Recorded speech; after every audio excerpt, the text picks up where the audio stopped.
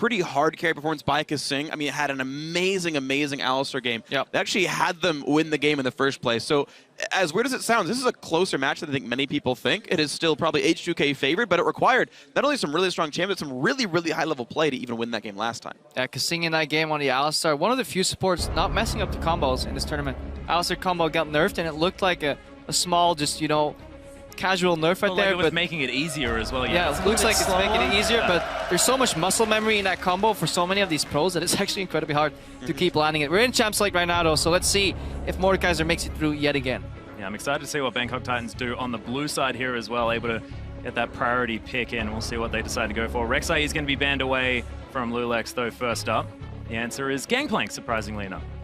Yeah, Freak touched about it earlier in the last Champs League. These high percentage bans will generally come out on the red side, so you can think Gangplank can get banned here. Maybe Kalista, if you're really afraid of her, will still be banned on the red side, because those are champion picks with too much influence if they get to the first pick on blue side. Lulu is one of those other champions right here, so that's some of the bans that we could expect out of H2K. Yeah, Mordekaiser, Darius, some other options there as well for Bangkok Titans. They're going to ban away the Thresh, so not wanting to let that go to round 2, looking to try and get a different priority pick. Mordekaiser, no surprises there on that ban. Trying to keep it even, you know, ban percentages. Well, Tabe said get rid of Lulu so that G4 has an easier time assassinating people.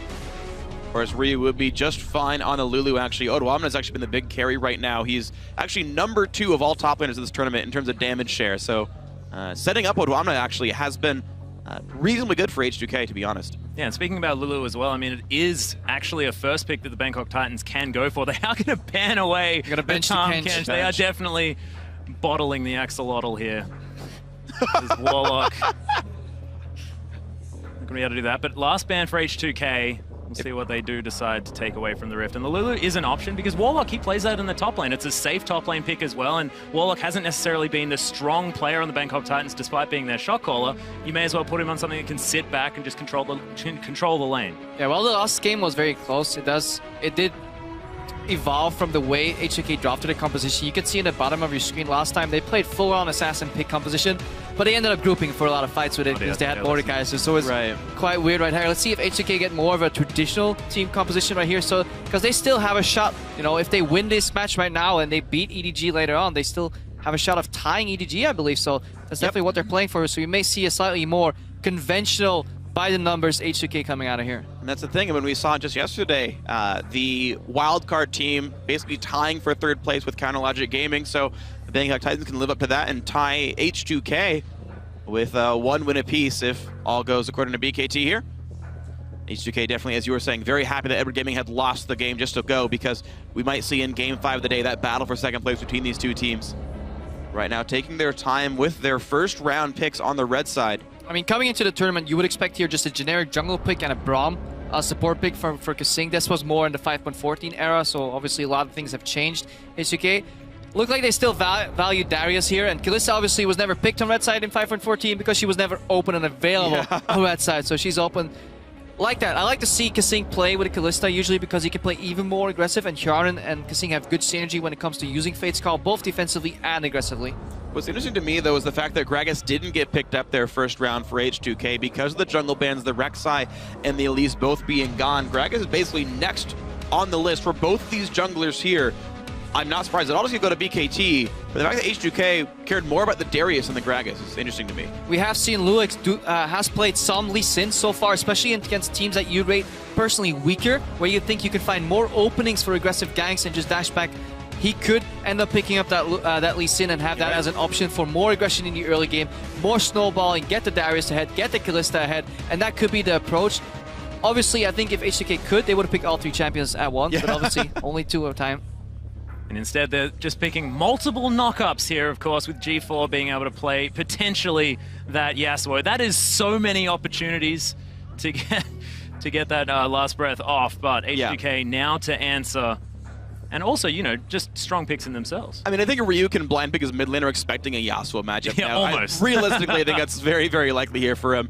Crap, but you talked about Lee Sin. You're right about this one. It's already had 2 Lee Sin bans against him in 3 games so far. This, of course, being the 4th here for Lulex. So if we go by popularity, that's probably next up for him. It's pretty hard to draft here for H2K because Bangkok Titans, they've picked 3 champions, but they're so generic that they can go into pretty much any direction with it. They fill many different roles. They don't really have any weaknesses. We see the expected Lee Sin come out here, and we have the Kalista Annie lane that is incredibly potent with trading and just blowing people up. We could see a TF come out here, but Rio just wants to wait because he doesn't really want to play that matchup TF into Yasuo. So this is probably a little bit far-reaching, but back when probably was a mid laner over in North America, Annie was his Yasuo counter pick actually, because so many of her spells go through the wind wall, targeted stuns useful. This seems very unlikely. Where did it get him though? It got him to Worlds as a coach. His mind for the game much better than his mechanics. That's true, and I mean that's what we're talking about here. So that certainly works out. But Bangkok Titans now with 20 seconds to go, they have to round out this comp. We'll see whether it is going to be the Yasuo. Of course, with Lulu heading towards the top lane, it means they can balance out that magic damage and physical damage, so it is an option here. I mean, Yasuo Tristana is something we could see here because it provides another knockup. That's another knockup. Generally, knockback. Generally, when you see Kalista Tristana is the answer because that matchup tilts 1v1 trading almost on every auto attack up to 6 or 7. Tristana wins, and after 7 auto attacks, you're actually dead anyways as Kalista, so that's why you want to do that. The matchup against a range support makes it tough though. Alistar can't really punish Kalista Annie, so we may still see a lane swap necessary to get through the early stages of the game here. All right, well, Ryu to play his 4th mid laner in 4 games, we expect. Already played LeBlanc, already played Lulu, already played Echo. And maybe he goes back to LeBlanc, actually, for the matchup itself. Slow on Wake Flare then. Snowball again, but again, last time when H2K faced off against Bangkok Titans, they went full-on assassin. Their Wake Flare mid was Echo, I believe, so not all too worried about that, it seems. They just want to blow people up with this composition. No, Lissandra comes through, so a different point-and-click stun for this champion. Still can lock up the Yasuo, and in fact, his dash, that E, does get interrupted by Ruth, so Lissandra can easily create distance by Wing while he's mid-dash and getting away. Yeah, and what I really love is the massive pick potential here as well. You Glacial Path in, you get that Frozen Tomb down, and it can mean that Odoamne can get to that point of being massive with the Noxia Might. He can start beating the heck out of people after that initial pick, with the help of Tibbers there as well from Kassim. Yeah, I agree. H2K's composition definitely very good at setting up for this Darius. A lot of ways to go in. You expect Righteous Glory or Talisman of Ascension to come out from Kassim in the support role, so setting up for a big Darius carry, and Odoamne has been the carry for this team this tournament. See if that works out for him. Incredibly well-rounded composition for BKT though. If they get through the early game and they don't get smashed by a couple of aggressive ganks and they can avoid these, roams from Kassim where he lands the Flash Tibbers, their teamfight composition later on in the game is actually incredibly strong. They have double tank for Peel, they have a wind wall to cut off one of the entrance points to the fight, they have a holistic counter to Juggernauts and just pick composition with the Lu who can just kite them for days, and then generally they have one hyper carry in the back, Tristana, who can actually get a Zeke's from the Alistar, so there's a really good win condition here for BKT if they can play to their strengths, which is something we haven't really seen from the weaker teams in this tournament overall. We'll see if BKT can do that. I think this is one of the best comps we've seen from them all tournament long, so if you guys think they can do it, then tweet your predictions into @LullySports on Twitter. Tweet the hashtag BKT win or the hashtag H2K win. We'll see who comes out on top from the fan vote. Of course, in about 35 minutes, we'll see who comes out from the game itself, but we are here, Bangkok Titans, with a chance to look at a tie for 3rd place in the group. H2K basically need this win if they want a chance of making quarterfinals, because they can face Edward Gaming at a possible tiebreaker a bit later on in the day. Guys, let us know how it's going to go because our game is going to get started in just a minute. Yeah, just a minute. And of course, G4 on his Yasuo as well. Incredibly excited to see this. I mean, we saw it all through the IWCQ when they qualified here. We saw it before at IWCI as well. This guy loves his assassins and really wants to be able to set this one up. But I like the fact that they've also included a whole lot of skirmishing and team fighting prowess here, because this is a team that doesn't necessarily focus on, the macro play moving around the map. They just want to fight you at any possible time ever, and they just don't think about it. So, I mean, giving them a lot of tools to do this as well. Yeah, we do have a bit of a short pause. That's why I was already getting caster position close to the screen. I was like, oh, coming back to us. But yeah, what BKT have to be incredibly careful of is this wealth of AoE crowd control, whether it's a Fate Call, knock up on multiple people followed by a Tibbers, or Lissandra just diving to your backline and pressing R on herself. If they can survive that initial wave of damage, H2K, they kind of drop off the grid when it comes to damage unless Darius gets that reset. That is what they're looking for. One kill and all hell breaks loose, because if Darius doesn't die 5 seconds later, you touch on it, the 5 stacks coming out, then things do get rough. Yeah, but what they do have is a lot of ability to get that first kill. That's sort of the whole point. They sort of looked at Lissandra and went, okay, well, at least we can now just completely pick someone off and get this fight going in their favor. Plus, Rend as well, fantastic kill securing ability to try and get this Darius going. Yeah, the initial way to start a fight definitely going to be a struggle for H2K. Just to keep you guys at home updated, Moss didn't connect to the game. We have the game paused to see what's going on. So as we figure out what the connection issue is, if it's his computer, we'll get that sorted in a second. Doesn't want to play that matchup. Playing Alistar is incredibly, I guess, it's a bit of a boring matchup into double range because you have to spec into heal early, so you basically become a heal bot, and then you rely on Lloyd. Stomp around yelling a lot is what Stomp around yelling while you hope your AD carry avoids poor trades 2v1, and you just want to go even on CS up until the point where somebody overextends or you get a gank, and then suddenly that combo becomes gold for engaging, and then you can get the kill. I want to ask you about a matchup actually here. Talking about Annie, because I went and looked at picks and bans and the builds that players had. When Mako played Annie up against SKT last week, he actually maxed the Q, the single target damage, disintegrate on Annie.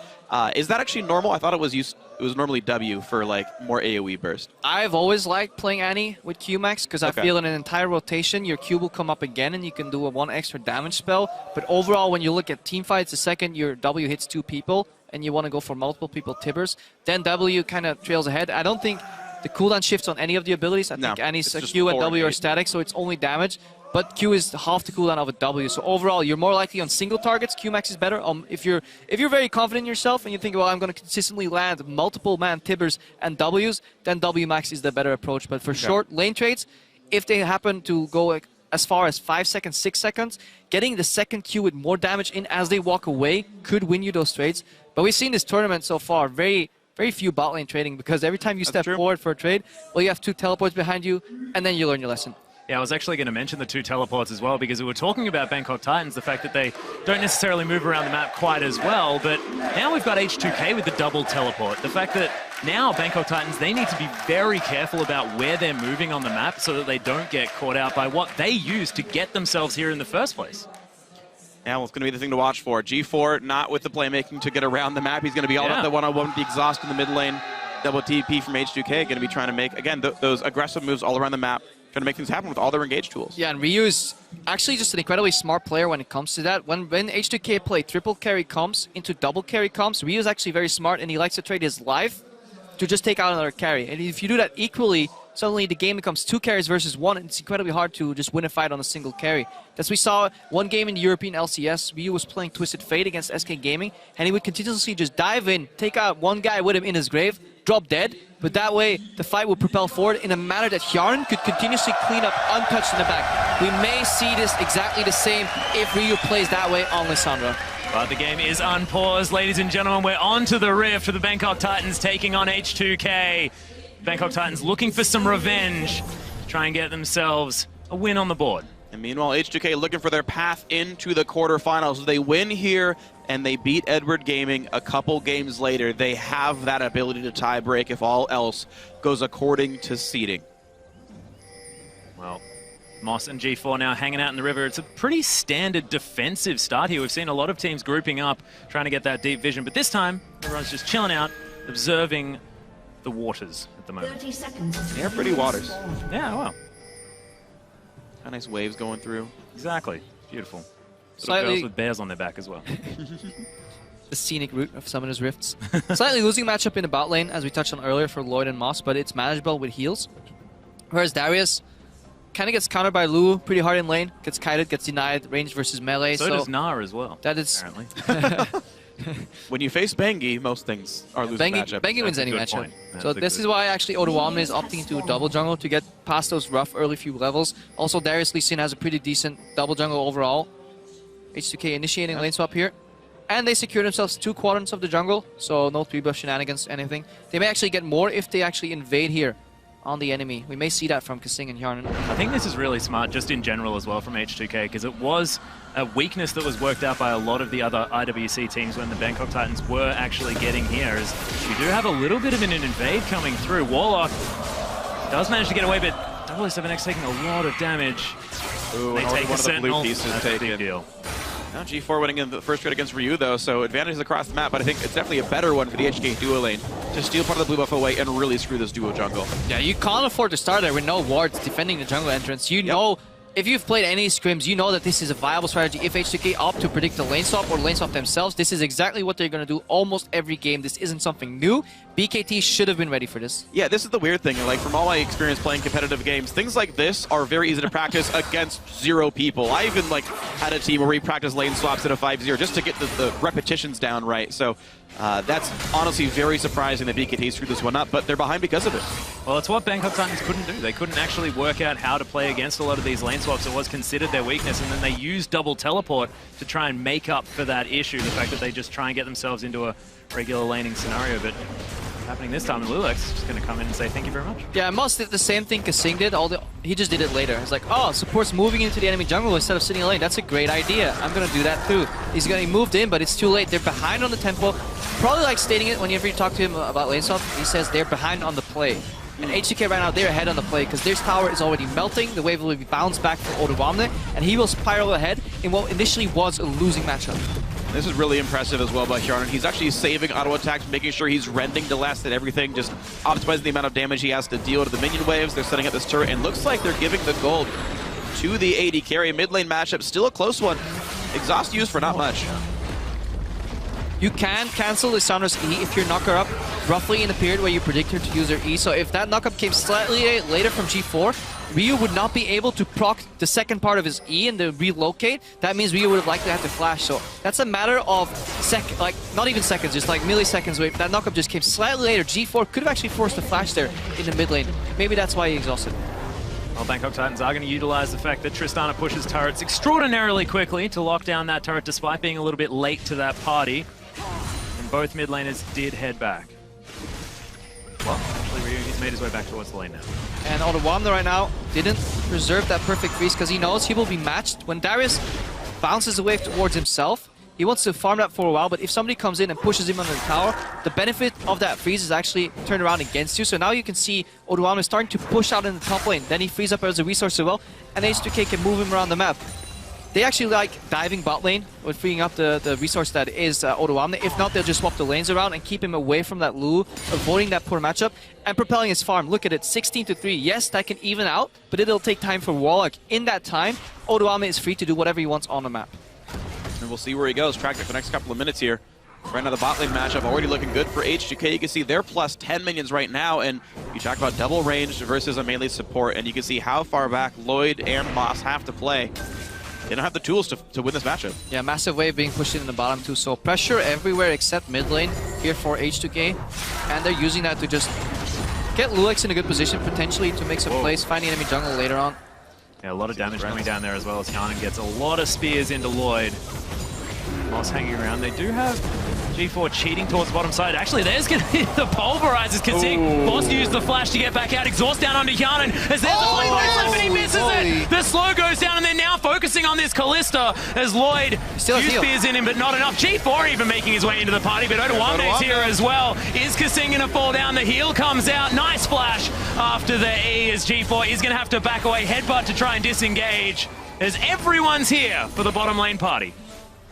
What an amount of misplays right there. Beautiful opening from Moss. That Q flash into W was absolutely the correct play, especially if your jungler is coming around the corner. But then jump should be buffered so it procs on Annie, or not use it all, so you can still get her when she runs.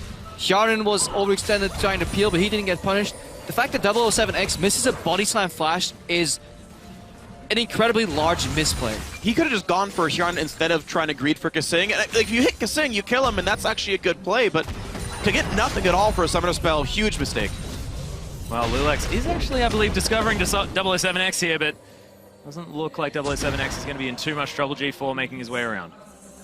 Sightstone already done for Lulex. Actually rushed that item first. No longswords, no upgraded smite, so he gets to invade for free here, which he's got to feel good as a Lee Sin player.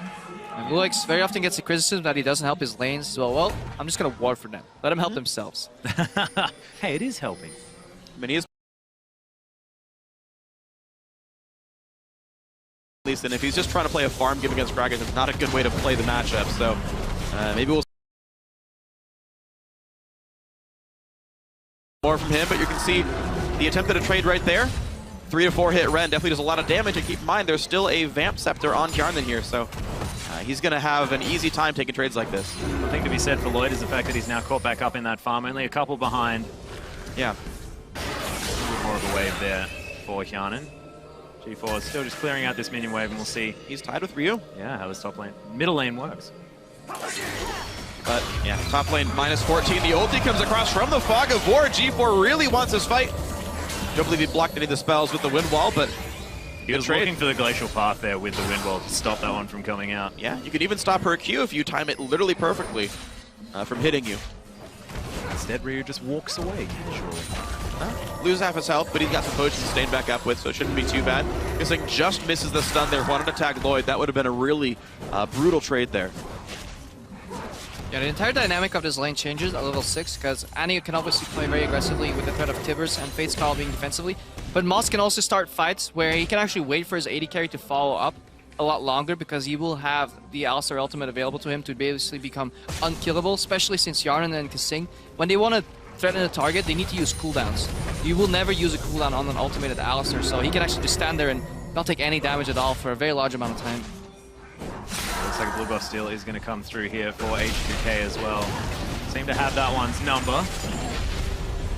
Ryu is going to lock that one down as well. G4 making his way towards mid lane. Of course, G4 doesn't mind about it too much. Probably one of the worst champions with the blue buff in the game. Yeah, but the map is being divided. It looks even, you know, this team gets a blue buff, this team gets a blue buff, but at the same time, because the top side of the map is so heavily H2K favored, that means Odoamne is playing without any constrictions, and that's why he's trailing ahead in CS right now. Look at the numbers, 30 CS already ahead, and again, a losing early game matchup. H2K played around that beautifully. They were ahead of the play, and they got Odoamne ahead, and now he's reaping the benefits. Yeah, think about it. We're equal in kills, we're equal in turrets, and yet H2K is up 900 gold as a team, and that's because of lane matchups. Their bot lane's pushed in and yet outfarming. Their top lane just ahead by more than double in CS now. I mean, so many things going H2K's way, and the game just going slow like this is totally fine for these guys. Yeah, and the fact that Warlock as well, he was just wandering around the river for the last, I believe, about 5 minutes, waiting for his wave to head back towards that inner turret because it was too dangerous for him to head out that far, especially against Odoamne. Yeah, and especially against passive teams, or teams that are playing as passive as BKT, your teleport generally comes up every time a play is made. Usually, the way you punish teleports, well, you make a play, you take a loss, but then the next fight, they don't have teleport anymore, and you can maybe make a play in a favorable matchup somewhere else, but BKT is too afraid to do that, so every time right now they're going to make a move, H2K will be ready with double teleport, and then it just promotes such a passive game right now, which is in favor while H2K is still ramping up for that mid-game spike. Of course, they've got 3 threats. Yeah, looking to finish off the static ship now as he heads back to base, but Ryu making his way up, and it just feels like H2K are biding their time. It feels like they're just more than happy to get this one done. So we can see what else H2K wants to do then. Of course, they're happy to wait around, but as the team that's supposed to be a bit better, we'll see what kinds of plays they can make for themselves as they hope to eke some kind of advantage. Dragon's up, bot lane's pushing, but Tristana just got to recall for BF Sword, so here on its next choice should be to run away and go back to base. This trade should actually make that even more likely. Yeah, but Pulverize did land. There's the Rendo as the Tibbers comes down. Moss doesn't have level 6 yet. Ryu comes in. Nice exhaust, but it's not enough. Frozen 2 onto Lloyd, but now he's able to get the auto off, picks up the kill onto Ryu, jumps forward, the flash is there, but that fate score was so well timed. Kasing in there as well as 7X, so close to dead. Odoamne picks up Lloyd. Wild Growth comes in, but Warlock, oh my goodness, that shield was so good. G4 wants to find something, flashes forward, last breath is there, but he goes down so quickly, can't even pick up the kill. Huge misplay by Lloyd. He ulted Kasing instead of Hjarnan. Fate's Call saved him the entire fight, turned around at the teleports. It's like Doa said, you know, Lloyd, it's your friend. Lloyd, really? You do that again. Yeah, he jumped in. They didn't think about Fate's Call, and again, this is what we talked about. It changes the dynamic of any 2v2 bot lane. He could have gotten a reset and cleaned up the fight. Instead, takes the wrong target, lose the fight for his team. G4 wasn't there. We were talking about what did these teams need to do. Well, H2K, they don't want to teamfight 5v5, but they want to move around and make picks. Ryu was 10-15 seconds earlier in that bot lane than G4. You can see that again on the map. Look where Ryu is on the minimap already while this entire exchange is going on. And look where G4 is at the moment. He has to path down all the way. Moss is still level 5. That's why he's not dying. I think Ryu makes a mistake here from ulting Lloyd overall. So he should probably get out of there. That's why he gets popped here immediately. But then the remaining of the fight, this is a big mistake. Lloyd also, I think, flashes. He also flashed to land the R. Yeah. On a support with Fate's Call, that is not excusable. That's a major mistake. And then the dunks come through, and the funny thing is, I called it wrong. H2K didn't even use teleports for this. Odoamne, you mentioned at the very start of the game, he pushed his wave and he walked somewhere else off in bot lane. And they timed that with Ryu's roam as well. Ryu was already heading down. The entire team walked in the bot lane. The double teleport team all had walked in there. No summoners required. Easy fight. So that's a variation. You teleport to the bot lane, you walk back, or you walk there first, teleport back off into play if needed. Well, 007X has found a very large Darius here in the jungle. Explosive cast come down. He's looking to try and start something here. Barrel's going to get the slow, but Lulex is around. There's the rocket jump. Try and close the distance as the Bangkok Titans picking a fight, but I don't know whether they'll be able to find too much. That was an ult. He could have ulted Lulex and set up G4 for another attempt right there. This team still looks confused. 007X ulted Odwamna back and then walked away like, just kidding, I don't want to fight this anymore. And then kind of turned around and said, oh no, my team is coming. This is catastrophic for BKT. I mean, Lloyd could have even ultied and proc the Yasuo ulti off the back of that one too, but they just weren't aware that Hjarnan was in the bottom river. He was a little slow on that rotation. Again, because H2K is playing really good with in terms of vision denial, double pink ward. If you can't see anybody, you have to assume that they're close. That's generally the way you play the game. So that's why you want river vision. You can see somebody's trailing on the play. If they're behind, then you can punish, just like 007X being punished right here. Most definitely, as Hjarnan's going to pick it up, just presses E. Beautiful block on the body slam. Kissing walked in to make sure nothing can happen there. Really nice play by H2K. You can see the mechanical skill difference. The heal from Odwamna, and also kill him. He doesn't have flash though. Yeah, Lloyd is going to be able to hobble out of the way of that one, but that passive was doing so much damage. Oh dear, this game is starting to really break apart now. H2K, I asked, what are they going to do to break this game open? We know they're the more skilled team, and it was very intelligent roams by these players. We looked at BKT's lineup, and after the third pick, we're like, oh, this is a Yasuo composition. They even grabbed Tristana. They have 1,000,000 ways and a half to set up G4. G4 is even winning mid lane for a short time, and yet they never set up these roams to pick people off in the side lanes. Yeah, the correct play to play around the Yasuo composition is you roam away from him. You use the innate wave clear advantage that Lissandra brings to that matchup. You push him in, then you roam away from it. Doesn't matter how many setups he has for his ultimate if he's not arranged to cast that ultimate, and that's exactly what H2K did, and that is why they're right now 4,000-5,000 gold ahead of BKT. Moss trying to save this turret here as well. Hjarnan only a couple more hits are going to be able to lock that one down, but first Dragon, now 14 minutes here for H2K. It's just Kasing and Lulex hanging out. There is vision available for the Bangkok Titans, but no one's here just yet, and Hjarnan's going to have enough spears in it. Yeah, look for the Bangkok Titans to just go all in for a group. That's what they want to do. They still have an incredibly team fight oriented composition. We've dubbed it the Exodia composition, where if you combine all members right here, G4 trading with Ryu. Yeah, Frozen Tomb comes in, but there's the stun. Everyone in for the party. How about some overkill there, H2K? How about you go to the source of the Yasuo? You get him himself, multiple point and click stuns, easy pickup. Wasn't too hard there. H2K now with so much deep vision. You've been talking about the whole game, Crepo, and definitely know exactly what's going on.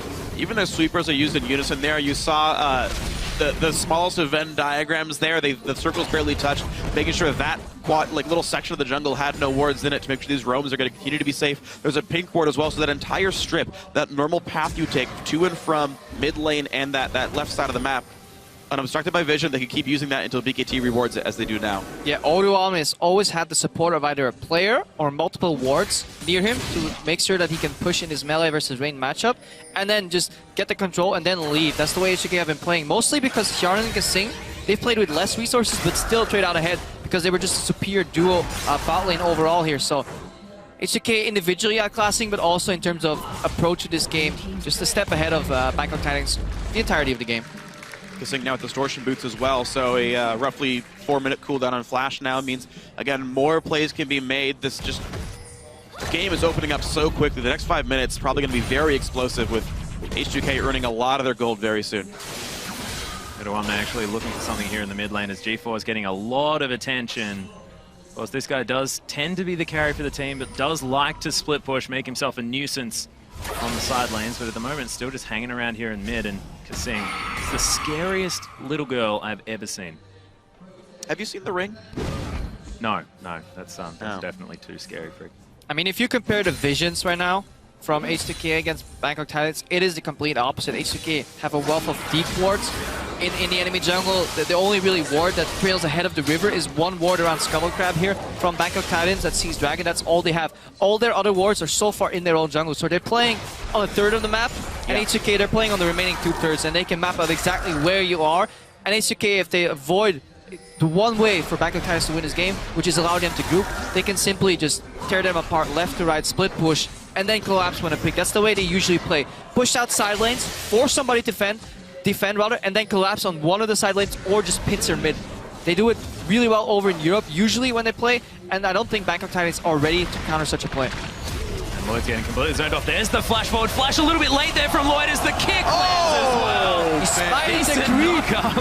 He smited the creep to let his Q connect. Really good play by Lulix there. Was body blocked by a creep, but he just said, I'll smite it out of the way. Q connects into Insect.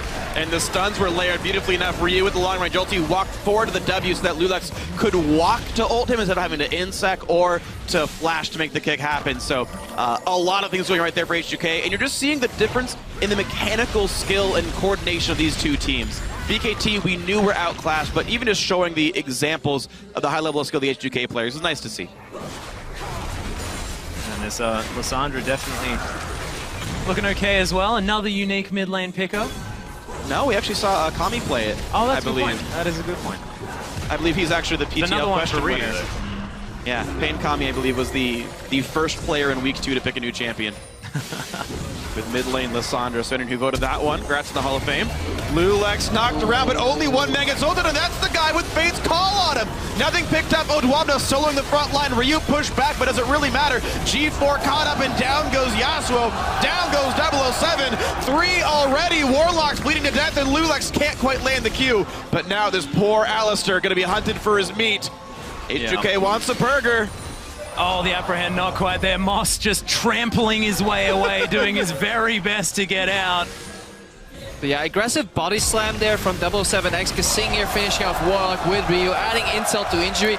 And when that knock-up combo fails, Odoano just says, thank you very much, and he just cleans up that fight entirely. They don't get Moss. He's not German. Yeah, at least he gets some deep wards right now, so that's something for Bangkok Titans. But overall, H2K really win that fight because BKT can't even get their favorable combo off. Like, that was a 2-man knockup. You can suspend both people there, but if you just go for the Annie, then obviously Face Call comes in again. So we can watch this one again here. The knockup, and he can't quite get it on the right person. Literally no damage dealt. A big knockup from Moss. Like, if he waited for that one instead, and he got Hjarnan and Kasing and Lulix together, it would have been beautiful here. But Ryu and Odwamna, basically together, those two take the backline by themselves. Tristana's already dead. The Gragas now isolated away from all his damage dealers, and it's just so easy to clean up there. And Ryu showing actually it was Mylon who played the Lissandra, how to do it right. And yeah, just Bangkok Titans, they're not mastering their own champions. They've made critical errors when it comes to playing against Fate's Call twice. Right now, Lloyd has been jumping in aggressively, using his flash even to interrupt his own jump. We saw 007X with the right play. Your group, you want to get a knockup combo, but it's incredibly telegraphed and on the wrong members. You want to go for carries, because even if you kill the support and maybe the jungler, you're still going to lose out that fight, because H2K playing triple threat here. And it's even tank Lee Sin, right? He went Cinderhulk, got their Sightstone there, so it's not like you're removing one of the damage threats. It's not even easy to kill either, so unfortunately the execution lacking here for BKT. And again, part of that is H2K making sure they're in the right place. Hjarnan, never the one in front, still 0 deaths in this game. Ryu only dies when it's for a good trade for his team, so the option's not really even open for BKT. Yeah, and H2K now just preparing for Baron. You can see so many wards around the area, but they're just clearing out the turrets while they can. G4 looked like he was trying to get something happening, but at this much of a gold deficit, what can you do? Odoamne's going to get caught out of position just a little bit, kicked underneath the turret, but look at the heal coming through. 007X is already dead. The shutdown finally comes through, but is it going to be enough? Warlock's going to die as well. It's a double kill for Hjarnan. He's now hunting for more blood. Lloyd's going to fall shortly after as Ryu had picked up G4, and H2K is so far ahead. That was absolutely the correct play to make for Bangkok Titans. Sadly, they were just too far behind for that to even work. The beautiful chain, layering CC on top of Odoamne, the biggest threat, the biggest carry, but he was just too tanky, gets 1 Q off, and suddenly that fight is lost. And so is this inhibitor here as well as H2K. 3 dead on the side of the Bangkok Titans, able just to take control of this base. There it is. 21-minute, 23-second inhibitor kill. H2K going to put the record at 2-2. They can close out this game. Same record as Edward Gaming. So, again, will be the match they're looking for later in the day. Moss cancels Ryu here. And they're going to have some people showing up. Warlock. Pixie. Oh, good flash by Ryu. And the thing is, you have to time that right, because Pix will follow you after the flash and get you back into range for the Glitter Lance. So, fortunate timing there. Ryu guessed it correctly. And Moss still trampling around this river. Sonic Wave doesn't land as Hjarnan's trying to get some pierces across. Odoamne's back though, he wants more. Actually lands the Q somehow.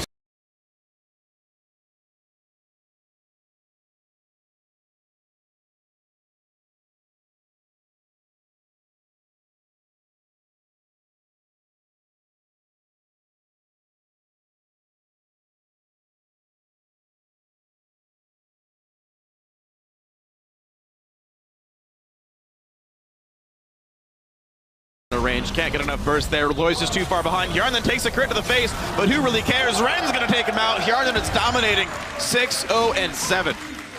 Just the unsung hero of this game, just picking up all of the kills off the back and so much consistent damage here for this Kalista with her 2 items. Yeah, Hjarn, generally the more consistent player on H2K, you can always rely on a really decent to good AD carry performance from him. Especially in Kalista, Picky he's mastered over the year, or not over the years, but over the months there in European Summer Split. So, and he actually completed a Bloodthirster from a longsword as well. So when I said 2 items, I mean, 3 now, pretty quickly. And the thing is, even though I suppose mathematically Last Whisper is a little bit more damage per gold here, there's just so little armor that doesn't really matter, and the extra lifesteal just, it's a bit safer. He's facing up against the Yasuo and whatnot. Item builds aren't really that important, but here they're making sure he's pretty much unkillable in this late game. Yeah, he's the only really threat that was slightly killable still on Bangkok Titan's side. They're funneling the damage to Oruana. That's what they're doing, because positioning-wise, it's already incredibly hard to touch Hjarn in these fights. That means you gotta go for Ryu. Well, he has Zhonya's and a built-in Zhonya's in his ultimate. Who do you focus? Darius? Well, who likes champions to be close to him focusing him? Darius does. So overall, it makes sense. It's easy to analyze it this way when H2K is 17,000 gold ahead, but sure, still need to itemize correctly. Now with the Baron as well on top of that. So H2K now looking to push up these waves and get the last remaining couple of inhibitors as G4 and Moss trying to hold off Odoamne, who's just a one-man wrecking ball at the moment. And looking at ahead at the match against EDG, momentum is very important, especially when multiple games get played on the same day. EDG may be a little distraught by the way they got dismantled by SKT, and H2K could feel confident here. I think the average level of play still was higher in the other game, but Bluex now gets caught. Yeah, the ult does come out. Ryu's going to ult himself as the exhaust comes down, but look at that massive frozen domain as Warlock able to ult himself, but there's just too much damage from H2K. Double kill already. G4 trying to make something happen, but that's just going to be a triple kill there for Hjarnan. That was a good play there by G4. He hexed Ryu when he came out of his frozen tomb, so he couldn't use his Zhonya's. Sadly for him, when you're down 17,000 gold, that's not enough. You need multiple good plays and a lot of mistakes for H2K. They don't make the mistakes and they're closing out. Yeah, this one is just the gold lead here. The very end, though, we actually have some very good plays. 007X had body slam ready for the glacial path jump as well, so Ryu was done when he first got in, but it's far too much now. The gold lead's there. A 25-minute win in the works here for H2K. They improved to 2-2, and the chance of making the quarterfinals is still alive. Congratulations to H2K. That just looked like such a clean performance, and we spoke about the fact that the Bangkok Titans like to play scrappy League of Legends. Just looks like this sort of team fight composition doesn't really play to their strengths, and G4 was just way too far behind to get any sort of split push done.